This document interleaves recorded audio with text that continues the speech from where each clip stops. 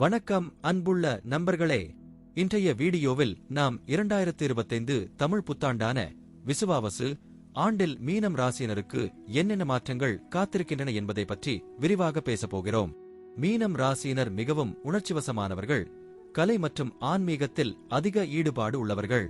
இவர்களின் இரக்கமுள்ள மனம் மற்றும் பிறருக்கு உதவும் பண்பு இவர்களை அனைவரிடமும் பிரபலமாக்குகிறது. 2025 ஆண்டில் இவர்களின் ஜீவிதத்தில் என்னென்ன மாற்றங்கள் வரும் என்பதை இப்போது பார்க்கலாம். 2025 ஆண்டில் மீனம் ராசியினரின் குடும்ப வாழ்க்கை மிகவும் இணக்கமாக இருக்கும். ராகு 12வது இல்லத்தில் இருப்பதால் குடும்பத்தில் சில மர்மமான விஷயங்கள் வெளியாகும். குடும்ப உறுப்பினர்களுக்கு இடையே நல்ல புரிதல் இருக்கும்.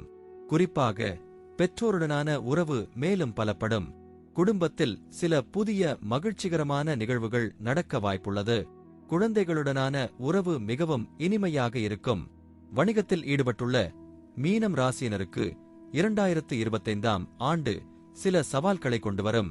கேது 6வது இல்லத்தில் இருப்பதால் போட்டிகள் மற்றும் எதிரிகளின் எண்ணிக்கை அதிகரிக்கும்.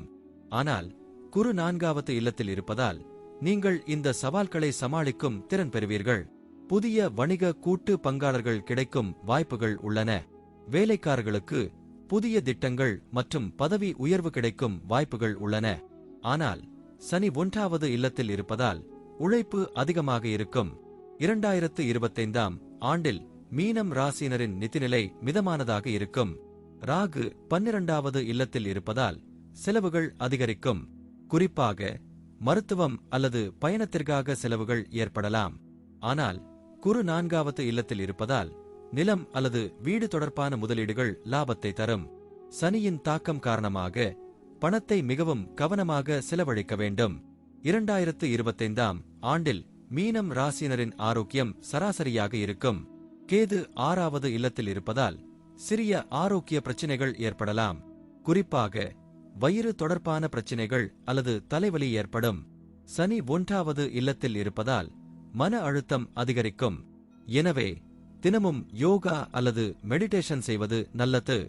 உடல் உழைப்பு மற்றும் சரியான உணவு பழக்கம் முக்கியம். குழந்தைகளுடனான உறவு 2025 ஆண்டில் மிகவும் இனிமையாக இருக்கும். குரு 4வது இல்லத்தில் இருப்பதால் குழந்தைகளின் கல்வி மற்றும் வளர்ச்சியில் நல்ல முன்னேற்றம் காணப்படும். குழந்தைகளின் ஆரோக்கியம் நல்ல முறையில் இருக்கும். குழந்தைகளுடன் நேரம் செலவிடுவது குடும்பத்தில் மகிழ்ச்சியை ஏற்படுத்தும். 2025 ஆண்டில் மீனம் ராசியினருக்கு பயண வாய்ப்புகள் அதிகமாக இருக்கும். ராகு 12வது இல்லத்தில் இருப்பதால் வெளிநாட்டு பயணங்கள் அதிகரிக்கும். இந்த பயணங்கள் வேலை அல்லது ஆன்மீக காரணங்களுக்காக இருக்கலாம். பயணத்தின் போது செலவுகள் அதிகமாக இருக்கும் என்பதால் பட்ஜெட் பிளான் மிகவும் முக்கியம். 2025 ஆண்டு மீனம் ராசியினருக்கு சில சவால்களை கொண்டுவரும். ஆனால் குரு மற்றும் சனியின் நல்ல தாக்கம் காரணமாக இந்த சவால்களை சமாளிக்கும் திறன் உங்களுக்கு இருக்கும்.